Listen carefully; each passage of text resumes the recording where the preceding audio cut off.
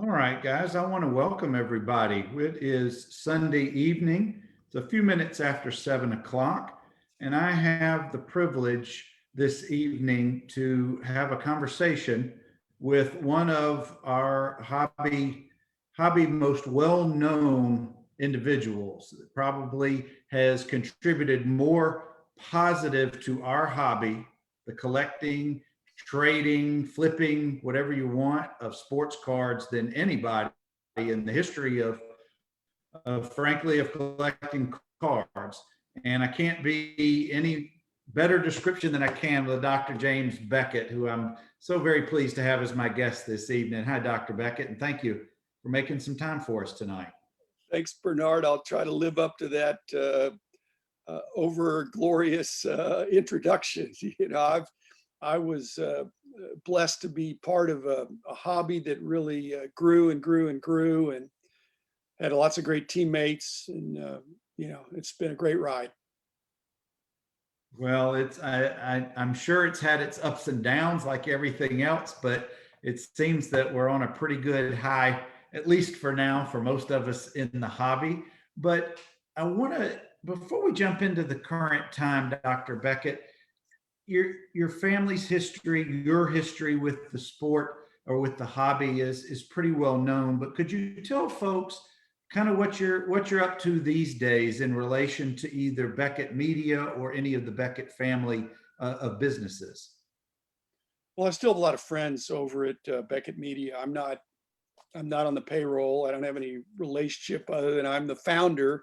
And I sold to some people 16 years ago, and then they sold to somebody else 11 years ago, I think. And so those are the people that are in charge, but there's still a lot of people there that were there when I was there, that I have affection for them, as well as for the brand that has my name on it, Bernard. So, I'm a kind of an unpaid advisor, and that's okay. I spend time on a podcast. I go to some shows. Just I'm trying to go back to being a hobbyist. That's it was so much of a business for so long. Now trying to bring it back and reel it in to make it be an enjoyable hobby, which it really is.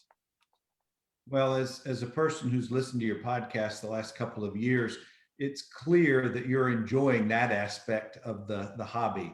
You've had some wonderful guests throughout the time answering questions, or I guess I'll call it the mailbag questions for listeners, and just providing such great information. And I guess my question along those lines with the podcast, what brings you or gives you the most joy about doing that podcast? Well, I was telling you, I was in the legal world. My second career was being an expert witness, where you have to be you have to be precise, you have to be accurate.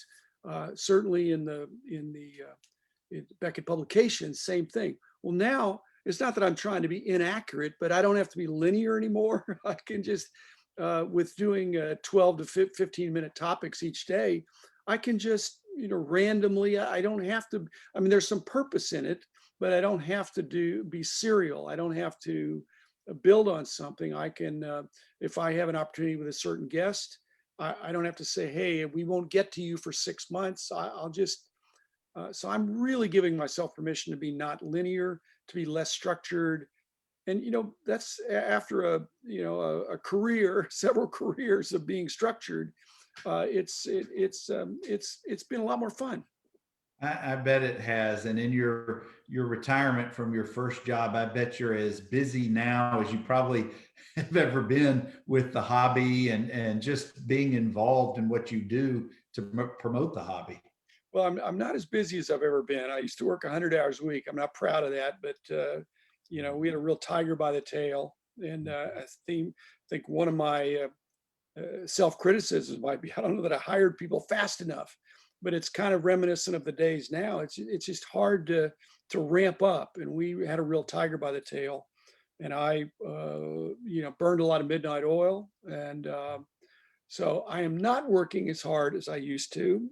I do have margin in my life. I do have a good life. I'm very blessed to enjoy the hobby without pressure. So I guess that's the way I would say it. I don't have a payroll. I don't have, the deadline is to have an episode tomorrow. And I've got to tell you, Bernard, I've already got it. So I'm not going to stay up after this and do another episode. The episode's in the can. It'll be automatically released. Well, I just had a question, and the answer is no. There's no truth to the rumor that what you see in my virtual background will be traded for Dr. Beckett's virtual background. We're working on a deal, but nothing is agreed upon. But thanks for that. I do have to ask you. My favorite publication from Beckett back when I was a kid was the annual thick price guide. Not necessarily, I enjoyed the monthly ones later on, but it was that annual book. What year was the first year of publication of the actual bound thicker book? Well, the annual price guide started in 79, and the monthly magazines didn't come till 84. And then, so that really that was the natural first step, was to do every card in every major set back in 79. And then, and once a year was okay for a while, but then the hobby started really growing, and it became necessary to do a monthly price guide, which was not every card, but it was, the key cards, the stars, all the major sets. The reason why I ask is my bar mitzvah was in 1981, and one of my gifts was the 81 book.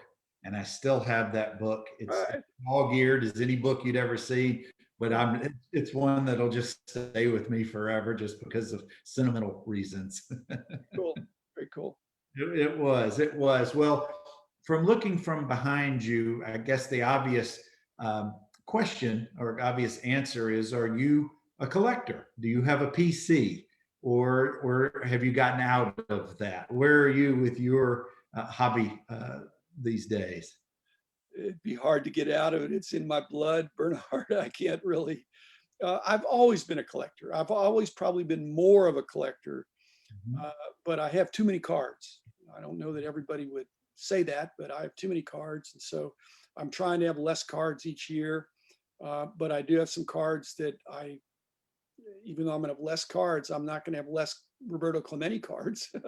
I'm going to have less cards that I don't care as much about. So I've got a wall of fame where I'll try to show for visitors or people that are observing kind of one card, alphabetical order, all the different sports. I collect all sports, not very much non-sport, but pretty much all sports.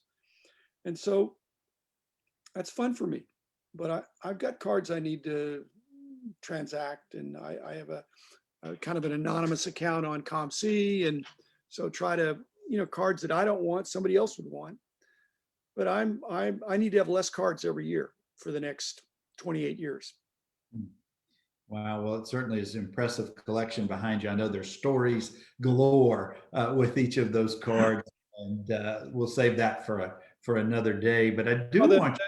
For example, the Gaudi Ruth that's right next to my left ear was from my dad. My dad collected that. Oh, wow. Yeah. Wow. I'm going to take a random stab. What about the 64 rows that's behind you?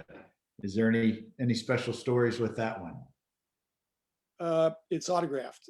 That's the There you go. special about that. And I didn't, for whatever reason, I didn't want to do a Pete Rose rookie card with the 4 floating heads. The 64 is a great card. And it is. I like that one better than the floating heads myself. But let's step back away from the PC for just a minute, Dr. Beckett. And I kind of want to get your thoughts on the current state of the hobby. Do you like where things are going? Are you concerned about some of the trends? What is your observation on the hobby right now? Can I complain that it was too hot? Doesn't seem fair. It probably was too hot, and we're seeing things cool down a little bit, and that's probably healthy. What we don't want, I don't think, are wild swings. People that have been in the hobby for a long time, they're not used to these wild swings where things double overnight and then drop back the next night or the next month. So I'd like to see a more orderly progression, where people are collecting and things are are being appreciated and, increasing in value a little bit. Um, but I'm not in charge anymore, Bernard. I'm not in charge. So there have been a lot of new people come in, and they've made a run on certain rookie cards and glamour cards, and some of them have a lot of money to where whatever the price used to be, they're willing to pay more. In those days, maybe it's certainly slowing down now, and that's not a bad thing. Not a bad thing. I know that with all markets, with any commodities, with any collectibles, you have ups and downs, just like in any economies. But when you see, for example, in an auction, I think it was an auction where an 86 Fleer Jordan goes for almost $800,000. And then fast forward to just this past month, when it went for maybe a fourth of that. I'm not sure the exact numbers, but it was such a shockingly difference from just a few months back. I know that's in part what you're talking about, but it really can be a little scary for people, I think, who have higher end collections, who are not just collecting for the sake of collecting, but it's an investment for them. And that's why I always have a little bit of a conflict. I guess a lot of people do, who've been in the hobby for a while. If I have cards in my PC, frankly, I don't care what the cost or values are. They're cards that mean something to me. Do you see that is there, do you Well, hear much of that, I guess? no, two things. I mean, each person makes their own decisions, but two things. One is that, for the Michael Jordan rookie card, there were people that thought like you, that all of a sudden they saw that $738,000 at auction for Golden, for that card, for two of them actually, and they thought, hey, I got one of those. So they either had them graded or they were already graded, and they put them up for auction. And all of a sudden, enough people were doing that the price came down to in the 200s. Okay, that's still a lot of money for a card that's not scarce. So what I would say, and I would challenge any listeners to come up with this, I'm not aware in the history of the hobby that I've heard of anybody who ever lost $500,000 on a card without being fleeced. But somebody, if they would have bought at the peak and then sold, they would have lost $500,000. Now, I've heard a lot of people making $500,000, by buying a Wagner and then selling it for more. But I've never heard of anybody, any one card losing that much value. And so the question has to be, was the value really 738 ever, or just for an instant? The veteran collectors would say, wow, that's pretty pricey. But somebody, if they bought at the peak and sold at the trough, they lost $500,000. That's enough to buy several cars, a very nice house, and have a lot of money left over. So Yeah. And again, it's like any collectibles with values. They go up and down, and you really have to know what you're doing if you're going to be spending that kind of money and with the mindset, this is an investment. This is not just something that I'm enjoying and collecting. Let me ask you, let's kind of pivot a little bit. This is a question from one of the people out in the audience is, what do you consider to be a true rookie card for a player?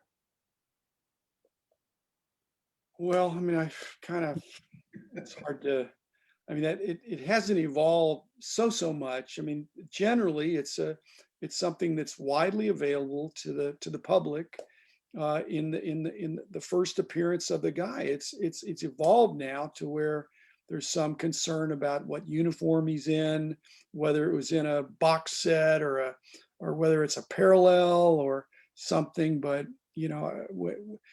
when I left the scene of being the decision maker, it was a lot more clear cut than it is now. And so now, I know ComC they'll note if something's in the rookie year or a rookie card or a pre-rookie, and some of the others do that. I mean, it's a free world, Bernard. I mean, people can call something what they want to call it. There's no copyright or patent or trademark on calling something an RC or a rookie card or an XRC, which we invented to try to not to complicate things, but to explain why something wouldn't be a true rookie card if it wasn't available in the same way.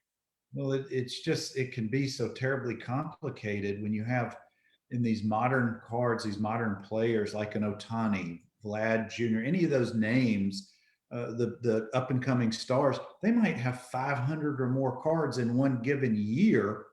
That's the rookie card. Well, it terribly complicates things in my world. That's why I don't really collect a lot of modern and ultra modern cards. I like the simpler days of this Topps card is the rookie card, this Fleer card is the rookie card. But that's Maybe just maybe one of the reasons why the leagues and the players in the various sports have decided to have only one licensee per sport, me. because I believe, and it's hard to put your hands on it, but I believe that there's an optimal amount of complexity in the hobby. And what you pointed out is that it's over the line. When you've got so many different rookie cards, people are going to throw their hands up and say it's too confusing, or they're going to get taken advantage of by getting something that's not mainstream. So yeah, I think the complexity needs to be dialed back in to where people can get their arms around it better. So I agree with you. Yeah, maybe I'm just from the old school philosophy and not the modern collector.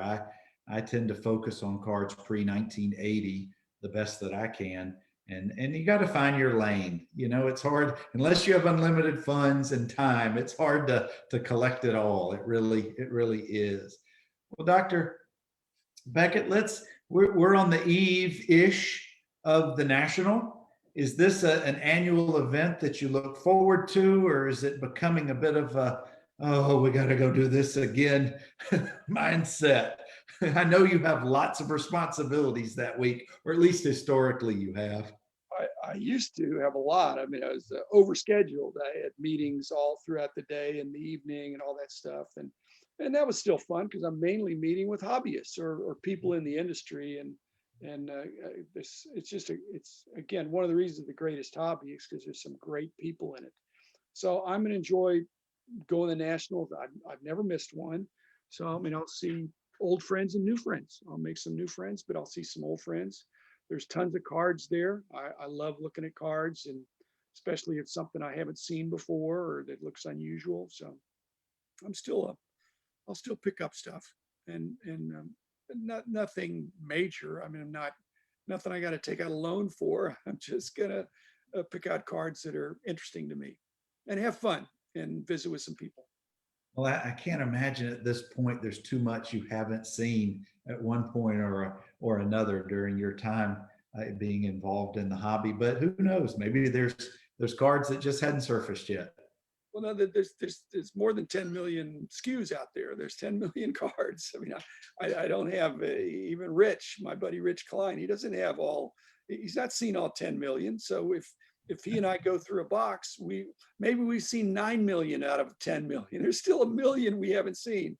And when we see something that's unusual we haven't seen, we think, hey, that's interesting. And if it's extra expensive, I don't have to have it. But if it's a reasonable price and it's something that looks interesting, I'll put it in my pile. Well, guys, we're taking a few minutes and talking this evening with Dr. Jim Beckett, one of the Mount Rushmores on the hobby. And you guys know of Dr. Beckett. You've heard it, you've read his materials over the years, and he still gives back with his podcast and having time for us guys here for this evening. And we've got a few more minutes. So if you got any questions out there, please put them in the comments. We'll field them as long as you're not asking him to root against one of his ball clubs. We will make sure that it's a good question or two. We got one right here. Give me just a second, Dr. Beckett. Rich. All right, Rich has got one. A comment. He says, we still get excited when we see something we've never seen before. It's amazing what he sees at Comp C every day that he's never seen. So he kind of echoes your comment, but I suspect between the two of y'all, there's probably less than a handful of cards that have not been seen by one or the other at some time. Probably not, Bernard. I mean, the other thing, just to gig Rich a little bit, is that some of these cards that he's seen are from me. He's looking at Comp C cards. I'm sure. he's the goalie in their ID process. So if they can't identify it, they kick it to Rich, and Rich goes, "Oh, okay, I think I know where this came from," because I mean stuff that's that's obscure that I don't really want in my collection anymore. I'll put it on ComC. Well, I know through your podcast and oh, I'm sorry, sir, go ahead. No, go ahead. I was going to say, with as many years as you've been involved in the hobby, and I know Rich has been in the hobby for many, many years, here's my question really to you both. I know Rich isn't on live with us, but he's watching. How is the younger generation absorbing your knowledge? How is the younger generation getting involved in the hobby, not necessarily as a flipper, and I'm going to go to law school and the money I'm going to make at this? Not that. I'm not talking about that. And I'm not criticizing those individuals. They have every right to enjoy the hobby that way. But how are you and Rich and others, with all of your experience and expertise, how are the younger generations absorbing that to keep the hobby as strong as we all hope it is into the future? I think the younger generation is different than Rich and me. If I can put the two of us in a category, is that we really tried to learn and have a body of knowledge that we had recall for. And I think the newer generations are more interested in just in time and being able to find the information instead of having it, up here. That they want to know where it is so they could access it. Mhm. And one of the problems with that is that you don't really know it, but you know how to find out. Whereas Rich, he just knows a lot of things. If you ask him, he doesn't have to look it up. That's one of the reasons he was so valuable in our company. He just knew it. Well, I know a lot of things too, and so if you're having to look everything up, it's a different approach. That's why a lot of the newer and younger collectors, especially ones with deeper pockets, they're not encyclopedic in there. They basically have a list of players or sets that they aggressively go after. Now that part they know that really well, but Rich kind of knows what's in the almanacs. I know what's in the almanacs. I don't think their young people are doing that. They're more interested in the high end, high demand cards that they have Rich and I are looking for things that we wouldn't see. Most of the newer collectors are looking for things that they expect to see, and then they want to get a good deal on it, and they're hoping it goes up. Well, Different approach. I hope for the hobby's sake that there are some interns or some younger people in the hobby who are able to just be around the two of y'all and the others who have so much knowledge to share. Rich has another great comment that I want to share. He says that at your content creator dinner at the last Dallas show, there were many younger hobbyists, and by osmosis, many of the things discussed are going to be part of their knowledge and skill set going forward. He was amazed at their knowledge and how much they truly understood. Did you get that impression from some of the younger attendees? They're very quick studies. They're very quick studies. They're very sharp. They're very perceptive.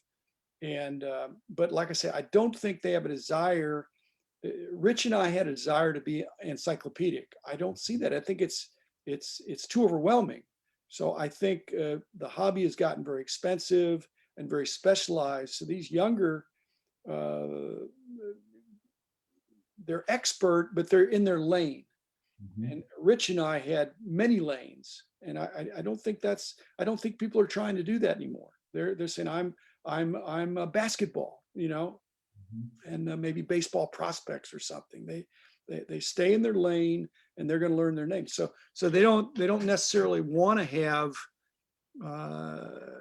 for example, with my podcast, I don't think they're interested in every episode.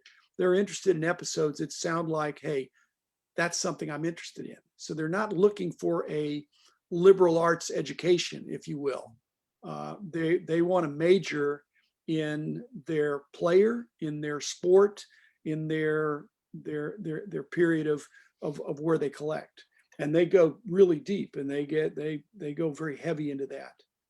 And I think that may be reflective of how society is in the younger generation as a whole, because there is, just by picking up their phone they can find most anything that they want in databases and apps, etc. And it may be that they don't have to carry around all the books with the information in the past. Obviously, I'm showing my age again, and that just may be how the modern collector, for the most part, the younger, I shouldn't say the modern collector, the younger generation collector uh, approaches things.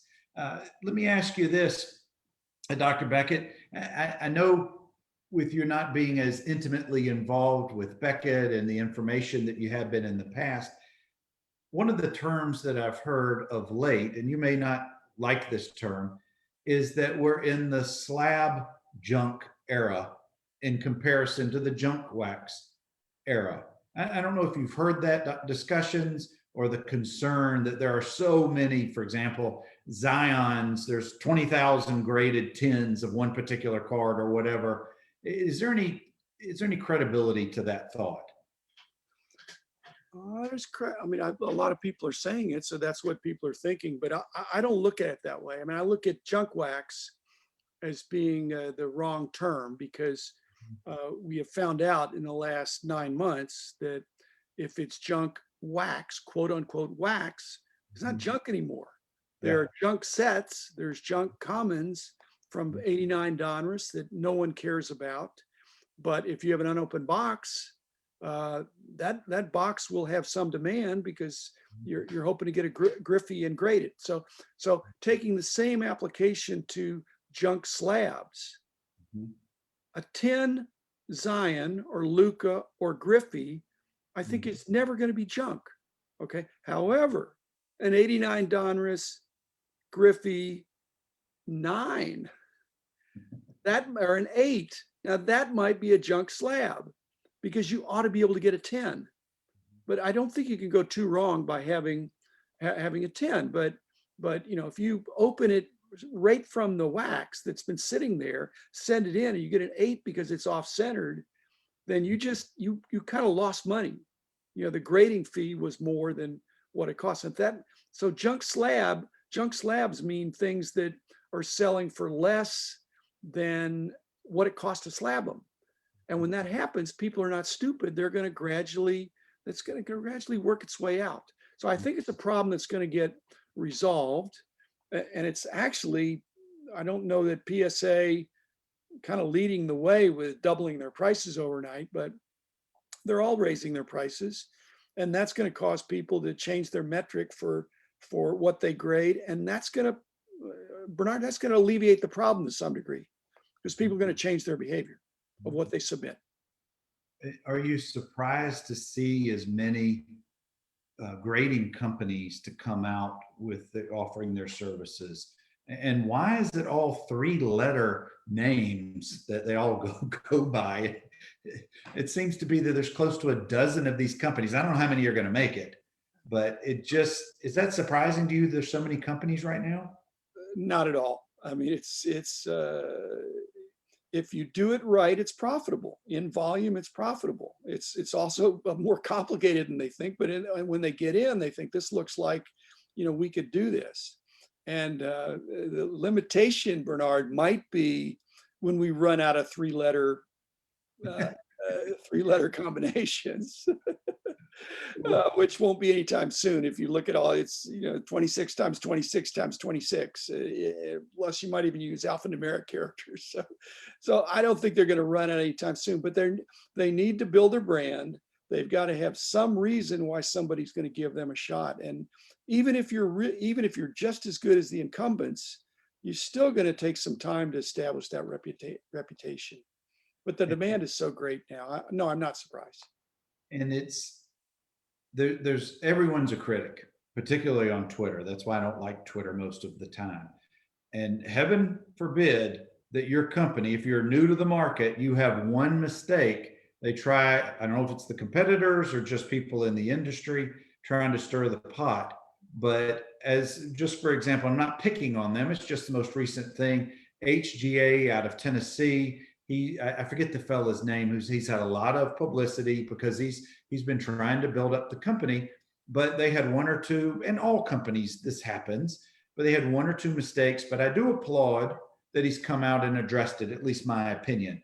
the worst thing they can do is just hide behind it and not, and then they just get flamed in social media. But here's my question after that long comment is, because social media has now become such the mainstay with the hobby, the good and the bad, how do companies kind of stay out of all of that fray, all of that bad, um, I don't know what the word is, but all of the bad feeling that comes along with the hobby? Because it's too easy for people to be, I'll call them keyboard warriors, and they just hide behind their account and try to just snipe at people. Well, again, if it's just one person that has one opinion that's off the wall, that usually doesn't stick. But if it's one person that's voicing the concerns of several others and gains traction, we were really fortunate back in the day, in the '90s, let's say '80s even. Without social media, we had the platform of our magazine coming, and several magazines coming out every month. And so when we were getting feedback at shows or through the mail or even email toward the end of that, we had a platform to be able to give a statement. Well, nowadays you don't have that. Your statement needs to be on that same platform or venue where the person that's attacking you, and you've got to tell your story. And even then, not everybody's going to read it and see it. So we had one place where we could put out, the next month we could put out a magazine and put it in the owner's box, or make it feature our statement that here's our position on this. Mhm. And we had a pretty strong market share, obviously, to where we could, so we weren't hiding from things.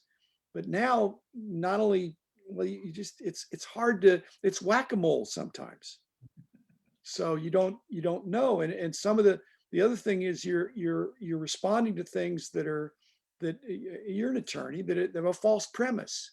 And so once you take that false premise and run with it, you say, whoa, whoa, whoa, your premise is false. And so everything that comes from that is but it's something, sometimes these things take a life of their own.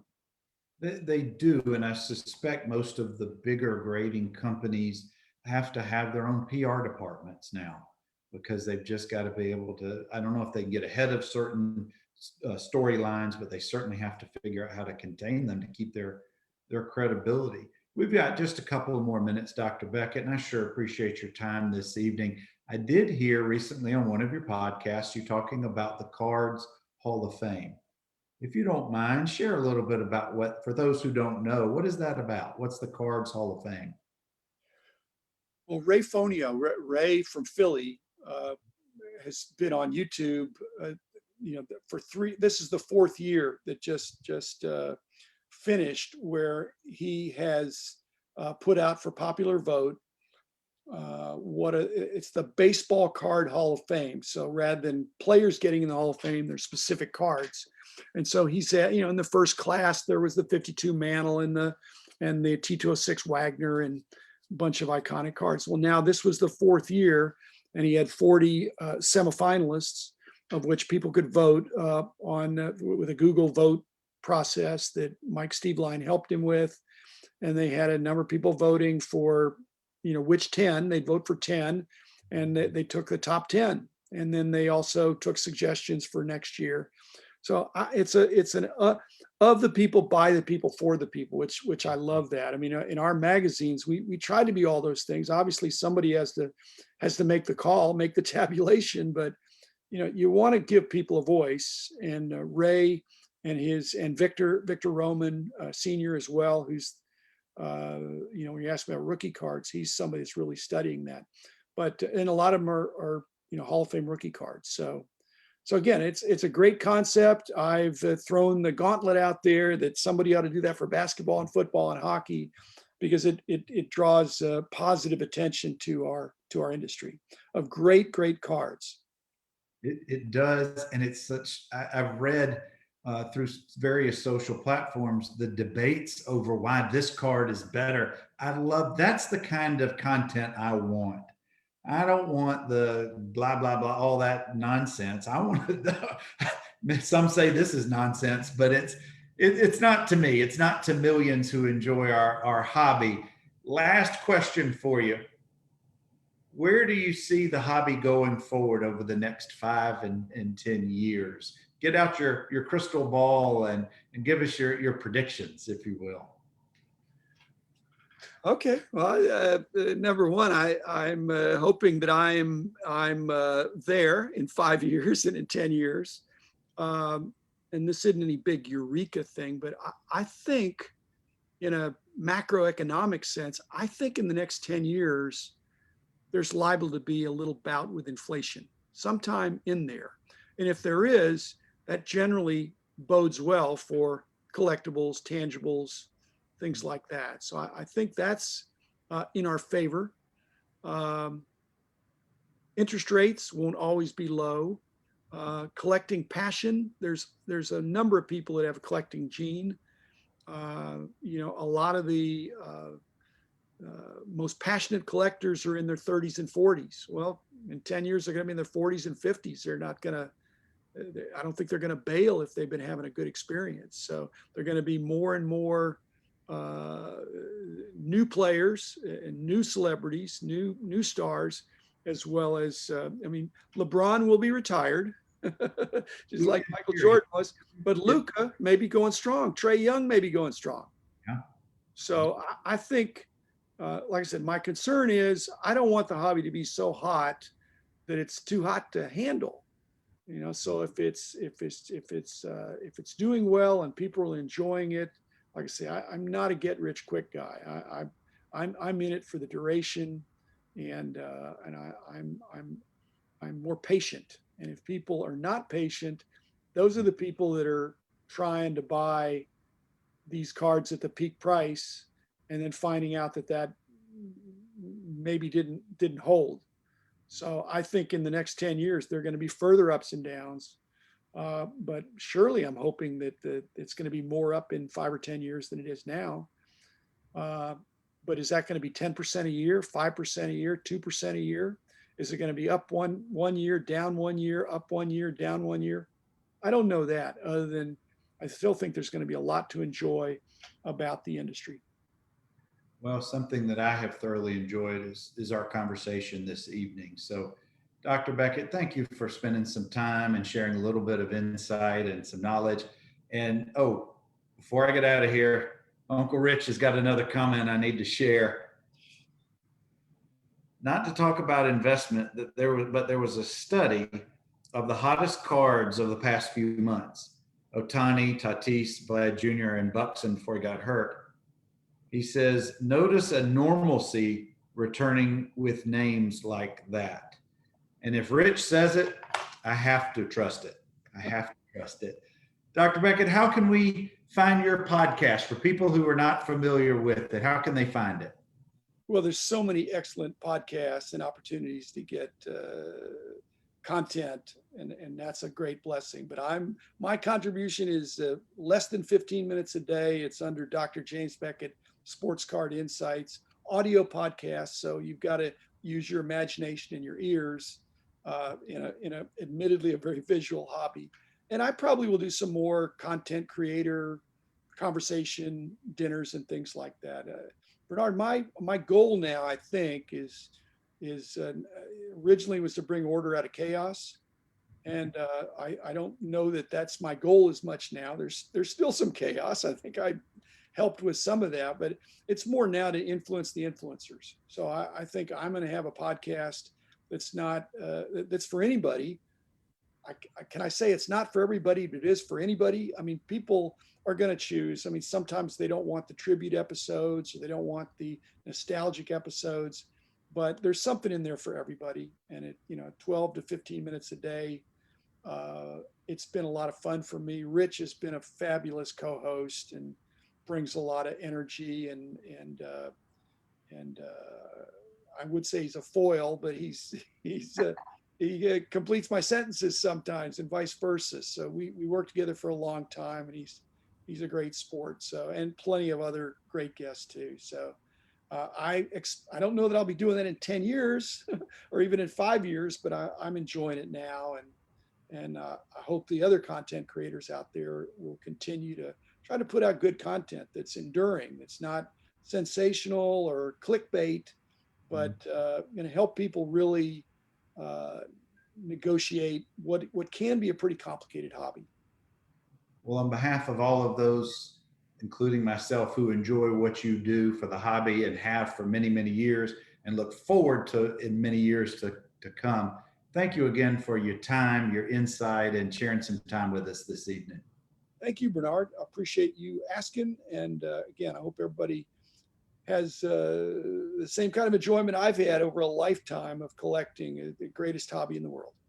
It truly is. And you've heard from one of the greatest ambassadors, guys, in our hobby, Dr. Jim Beckett. So thank you all for sticking around and sending some great comments and questions. And we will catch you guys another time. Have a good night.